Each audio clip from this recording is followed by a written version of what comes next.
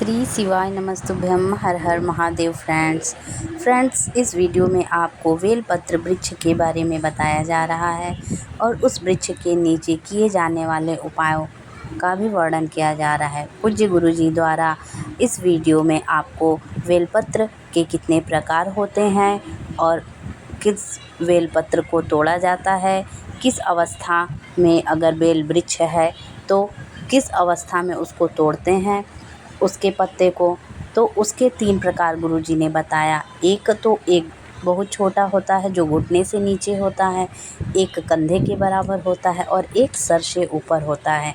जो घुटने से नीचे बेल वृक्ष होता है उसको माँ गौरी कहते हैं, जो कंधे के बराबर होता है वो माँ कात्यायनी का रूप होता है और जो अपने सर से बड़ा होता है उसको माँ लक्ष्मी का स्वरूप माना जाता है। तो गुरुजी ने उस बेल वृक्ष से ही पत्तियों को तोड़ने को कहा है जो अपने सर से ऊपर हो, मतलब कि महालक्ष्मी। उस वृक्ष से ही हमें बेल पत्र को तोड़ना चाहिए और भगवान को समर्पित करना चाहिए। और इस वीडियो में बहुत सारे उपाय बताए गए हैं, जैसे अगर किसी का शादी विवाह नहीं हो रहा है, मंगल दोष है, तो उसके उपाय कैसे करें, क्या करें बेल वृक्ष के नीचे। तो आइए सुनते हैं गुरुजी से। 3 तरह का बेलपत्र का वृक्ष होता है, बहुत सावधानी से सुनिएगा। नवग्रह शिव महापुराण कथा, हैदराबाद को। एक बेलपत्री का वृक्ष आप खड़े होना आपके घुटने तक होगा। एक बेलपत्री का वृक्ष आपके कंधे तक होगा। एक बेलपत्री का वृक्ष आपके सिर से ऊंचा होगा। गौरी, कात्यायनी और महालक्ष्मी, 3 बेलपत्री के वृक्ष की अवस्था रहती है। कौन से बेलपत्री के वृक्ष से पत्तियों को तोड़ा जाता है? जम के बोलो जरा। कौन से बेलपत्री के वृक्ष से पत्तियों को लिया जाता है? गौरी से? बोलो जरा। नहीं। कात्यायनी से? नहीं। बेलपत्री की पत्तियों को लिया जाता है महालक्ष्मी से। किससे लिया जाता है? महालक्ष्मी से, जो तुम्हारे सिर से ऊपर हो, जिसकी छाया तुम पर पड़ रही हो। ऐसा वृक्ष बड़ा वृक्ष होना चाहिए, जिससे पत्ती को लेकर जब हम शंकर भगवान को समर्पित करते हैं तो लक्ष्मी को जब हम लेकर आते हैं और भगवान शंकर को जब देते हैं और उस पत्ती को हम वापिस जब उठाते हैं तो भगवान महालक्ष्मी को अपने घर में प्रदान कर देता है।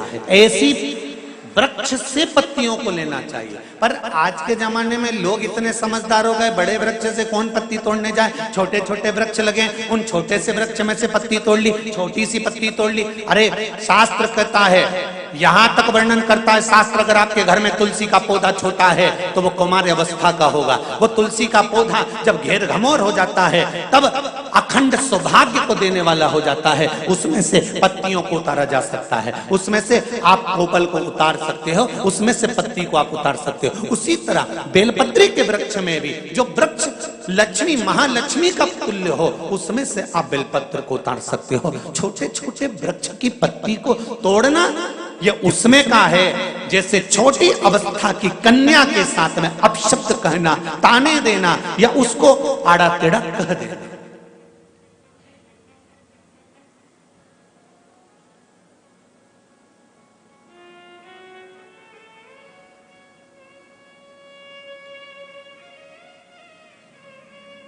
नवरात्र में कन्याओं का भोजन कराती हो कि सौभाग्यवती माताओं का भोजन कराती हो? जल्दी बोलो। कन्याओं का। तो सौभाग्यवती को कराने में क्या दिक्कत है? नवरात्रि में सौभाग्यवती को भोजन कराने में क्या दिक्कत है? पर दुनिया के लोग कहते हैं कि नवरात्रि में कुंवारी कन्याओं का भोजन कराना चाहिए। और जब सौभाग्यवती माताओं का भोजन होता है, सुहागन करते हो, जब तुम्हारे घर में जब सुबासनी करते हो, सौभाग्यवती माताओं का भोजन करते हो, तब कुंवारी कन्या का भोजन कराते हो क्या? नहीं, उस समय सुहागन माताओं का भोजन होना जरूरी है। ये एक अवस्था होती है कि कब कुंवारी कन्या को भोजन कराना है, कब सौभाग्यवती को भोजन कराना है, कब बटुकों को भोजन कराना है, कब ब्राह्मणों को भोजन कराना है, कब ब्राह्मण के बच्चे को भोजन कराना है, कभी साधु संत सन्यासी तपस्वी साधक उपासक को भोजन कराना है। एक समय की अवस्था होती है। जैसे जिसकी पत्रिका में मंगल होता है, जिसकी राशि के अंतर्गत मंगल होता है और उसका विवाह नहीं हो रहा, या मंगल होने के कारण बस उसको तकलीफ आ रही है, या विवाह हो भी गया तो संबंध टूटने जैसा हो गया, कहीं कहीं अदालत में कार्रवाई चलने लगी, कहीं कहीं विवाद जैसी स्पर्धा उत्पन्न हो गई, कहीं कहीं विवाद सामने आ गया, तो उसको कुछ नहीं करना चाहिए। अगर बाजार जाए, अगर मूंगा किसी की अंगूठी में लगा हुआ हो, या मूंगा कहीं उसके घर में पड़ा हो, या मूंगे की माला पड़ी हुई हो, उस मूंगे का पानी, मूंगे को पानी में डाल दो और उसका पानी शंकर भगवान को मात्र 31 दिन तक लगातार चलाना प्रारंभ कर दे, अदालत में केस बंद हो जाएगा और पति पत्नी वापस एक जैसे हो जाएंगे, वापस जुड़ जाएंगे।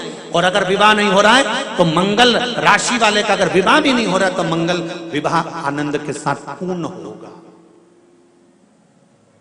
ज्यादा भटकना, बस 31 दिन तक मूंगे का पानी, जो मूंगा आप लोग अंगूठी में पहनते हो, हाथ में पहनते हो, माला पहनते हो, उसी मूंगे को पानी में डालकर उसका जल शंकर को चढ़ाना प्रारंभ कर दो।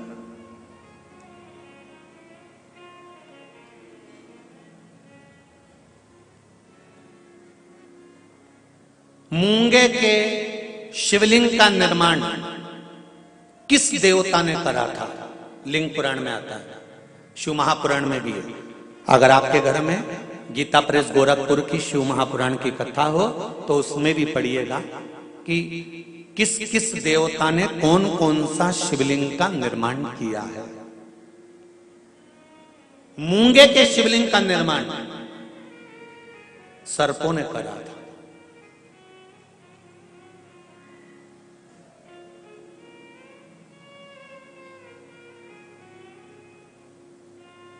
जब शिवलिंग का निर्माण हुआ, पूजन हुई, शिवजी ने आकर आशीर्वाद प्रदान करा, तब सर्पों ने केवल एक बात मांगी थी कि हमारी इन सर्प कन्याओं, ये सांप की बेटियां हैं, सर्प की बेटियां हैं, सर्प के पुत्र हैं, इनका विवाह कैसे होगा? कौन होगा जो इनसे विवाह करेगा? इन सर्प कन्याओं का, इन सर्प वरों का विवाह होगा कैसे? शंकर भगवान ने कहा तुम चिंता मत करो, तुमने मूंगे का शिवलिंग का निर्माण कर कर मेरी पूजन करी है, जब जब एक लोटा जल समर्पित होगा और जो हृदय से मुझे चढ़ाएगा, उस कन्या के विवाह का, उस वर के विवाह का भार मेरे माथे पर आ जाएगा और मंगल विवाह मैं करूंगा। ये शिव वचन है।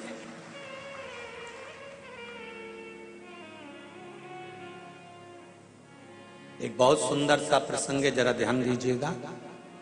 कई लोग कहते हैं हमारा गुस्सा कंट्रोल में नहीं आता, हम बहुत गुस्सा आता है गुरुजी। कोई कहता है मेरी बहू को गुस्सा आता है, कोई कहती है मुझे गुस्सा आता है, कोई कहता है मेरे बेटे को आता है, कोई कहता है मेरे बच्चे को आता है। गुस्सा कंट्रोल नहीं होता, अपशब्द निकल जाता है, ताने निकल जाते हैं, आड़े टेढ़ा निकल जाता है, आप शब्दों पर अपशब्द निकल जाते हैं, बाद में पछतावा भी होता है, बाद में दुख भी होता है, बाद में मन में सोचने में आता है कि ये क्यों हो गया। तो कुछ दिन मूंगे का पानी, अगर मूंगा नहीं हो तो केवल जल का पात्र, उसमें केवल एक हरी मूंग डालकर शिव जी को वो जल चढ़ाना प्रारंभ कर दो। 15 दिन 20 दिन प्रतिदिन शंकर को जल चढ़ाना प्रारंभ तो करो। क्रोध कितना भी तेज आ रहा होगा, संयम में आना प्रारंभ हो जाएगा और मुख से अपशब्द निकलना बंद हो जाएगा। संयमित वाणी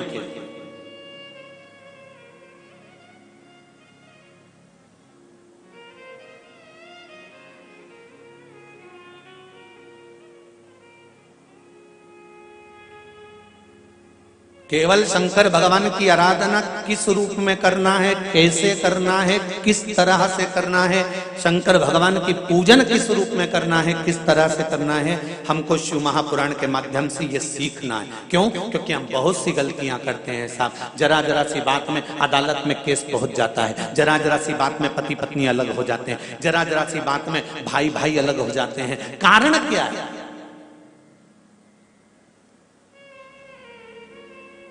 उसका कारण क्या है? जेठानी को मालूम है मेरा पति कमा रहा है, देवरानी को मालूम है मेरा पति कमा रहा है, जेठानी को देवरानी को दोनों को मालूम है कि सास और ससुर की जो जायदाद होगी वो आधी आधी मिलेगी। फिर लड़ाई किस बात की है? फिर विवाद किस बात का है? फिर भाइयों में तकलीफ किस बात की है? फिर ननंद को मालूम है कि मेरे को भी एक दिन जाना है और भाभी को भी यहाँ पर रहना है, तो फिर ननंद और भाभी में विवाद किस बात का है? हमें बस ये समझना है कि लड़की अच्छी देखी, परिवार अच्छा देखा, कुटुंब अच्छा देखा, लड़का अच्छा देखा, परिवार अच्छा देखा, फिर विवाद किस चीज के लिए होता है? वो विवाद किसी दूसरी चीज का नहीं होता। विवाद केवल हमारे ग्रहों का, हम जो सोचते हैं, बहुत अभिलाषा लेकर आते हैं, वो पूर्ण नहीं होती तो तकलीफ आती है। उसको पूर्ण करने के लिए परिवार वालों पर जोर नहीं दिया जा सकता, उसको पूर्ण करने के लिए मेरे देवाधिदेव महादेव से कहा जा सकता है कि तेरे भरोसे पर यह कार्य किया, तेरे बल पर करा। विदुरानी ने कहा भगवान कृष्ण से, ठाकुर एक बात आपसे पूछना है। भगवान कृष्ण ने पूछा, पारसम्भी काकी विदुरानी जी पूछिए, क्या पूछना है? विदुरानी कहती है मुझे केवल इतना सा पूछना है कि भगवान अपने भक्त से उसकी प्रिय चीज, उसकी प्रिय वस्तु क्यों छीन लेता है? भगवान कृष्ण कहते हैं, पारसम्भी काकी जी, विदुरायन जी, जिस समय आपकी कोई चीज भगवान छुड़ा ले तब आपको नाचना चाहिए, खुश होना चाहिए। क्यों? पूरी दुनिया के सेठों को छोड़कर परमात्मा को तू ही ऐसा सेठ मिला जिससे कुछ लेकर परमात्मा गया है। पूरी दुनिया के सेठों को छोड़कर परमात्मा को केवल तू सेठ मिला, तेरे पास परमात्मा आया और तुझसे कुछ लेकर गया है। जब तुम्हारी कोई वस्तु तुम्हारे पास से चली जाए, कोई चीज तुम्हारे पास से चली जाए, तो उसमें दुख नहीं मनाना। परमात्मा ने दिया था, परमात्मा लेकर चले गया, उसमें तुम प्रसन्न होना कि वो देव अधिदेव महादेव ने दी थी और उसने वापिस ले ली है, उसमें दुख नहीं करना।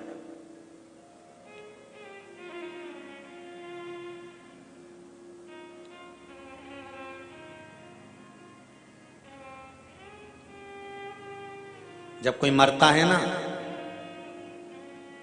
तो घर के लोग रोते हैं, इनको कोई रुलाता है?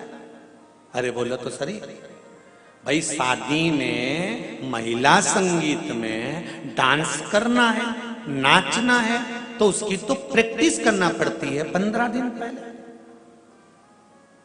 पर कोई मरे तो इतने सारे लोग आएंगे तो बैठ के रोना पड़ेगा, तो इसकी प्रैक्टिस कोई कराता है? अरे बोलो जम के कोई कराएगा? नहीं, इसकी प्रैक्टिस नहीं कराई जाती और रोने की प्रैक्टिस नहीं कराई जाती। पार्वती जी ने शिव जी से पूछा कि ये मरने के बाद परिवार वाले क्यों रोते हैं?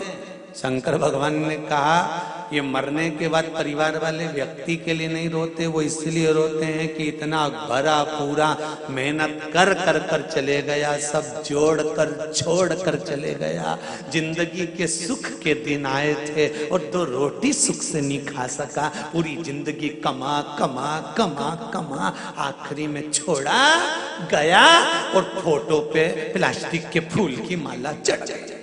इसलिए रोना आ रहा है कि सब छोड़ कर चले गया। जो जिंदगी भर मेहनत करी, अब खुशी का समय आया था, अच्छा समय आया था, गोल्डन समय आया था, और बड़ा सुंदर समय आया था, जिस समय खाने की समय था, एंजॉय का समय था, फुल एंजॉयमेंट जीवन को जीना था, उस समय पर जाने का समय हो गया। निवेदन करूंगा हैदराबाद वालों, जितने लोग आस्था पर कथा सुन रहे हैं, फेसबुक यूट्यूब पर सुन रहे हैं, प्रतिदिन हर पल हर क्षण हर घड़ी जितने दिन आपकी जिंदगी के हैं, ये मत सोचना कि परसों के दिन मैं अच्छे से ये कर लूंगा, मैं कल ये कर लूंगा, मैं नरसों ऐसा कर लूंगा, मैं 8 दिन बाद ऐसा कर लूंगा, मैं 15 दिन बाद ऐसा कर लूंगा। नहीं, शिव महापुराण की कथा कहती है काल करे सो आज कर। जिंदगी का कोई ठिकाना नहीं, श्वास का कोई भरोसा नहीं, इस मनुष्य देह का कोई ठिकाना नहीं, कब जाना पड़ जाए। इसलिए रोज प्रतिदिन सुबह से उठने के बाद अपनी दिनचर्या को इससे जीना कि कल का दिन आए कि नहीं आए, आज ही फुल एंजॉयमेंट, खूब जोरदार छोटी मोटी करके डेंटिंग पेंटिंग करके खाया पिया मौज करा और अपनी जिंदगी को मस्त जिए, रो कर नहीं। नहीं तो सुबह से उठे और रोकर जिंदगी जी रहे हो। बहू ने ऐसा कह दिया, सास ने ऐसा बोल दिया, देवरानी ने ऐसा कर दिया, नंदन ने ऐसा कर दिया, तुम्हारे भाई ने ऐसा कह दिया, तुम्हारे बंधु ने ऐसा कर दिया, काका जी ऐसा बोल रहे थे, रिश्तेदार ऐसा बोल रहे थे, फूफा जी ऐसा बोल रहे थे। नहीं, सुबह से उठो और चेहरे पर स्माइल हो और मुख पर श्री शिवाय नमस्तुभ्यम हो। घर के लोग भी कहें बहू आज बड़ी प्रसन्न दिख रही है, तो कह देना शिव महापुराण की कथा में जीने का तरीका सीख लिया है, कब मर जाऊं ठिकाना नहीं, इसलिए रोज एंजॉयफुल जीना चाहता हूं, अपनी जिंदगी को फुल एंजॉयमेंट के साथ जीना चाहती हूँ, कब मर जाऊं इसका क्या ठिकाना। इसलिए जोरदार जोरदार हम ये भी नहीं कहें कि बहुत सोना चांदी पहनो, तुम तो तुम्हारे पास जो अच्छी अच्छी साड़ी रखी हो उनके पटली लगा लगा के अच्छी जोरदार पहनो, क्योंकि सब धरी की धरी रह जाएगी, बाद में दूसरे पहनेंगे, तुम ऊपर क्या पहनोगे, फिर ऊपर जाके क्या याद करोगी, यमराज से कहोगी ये यमराज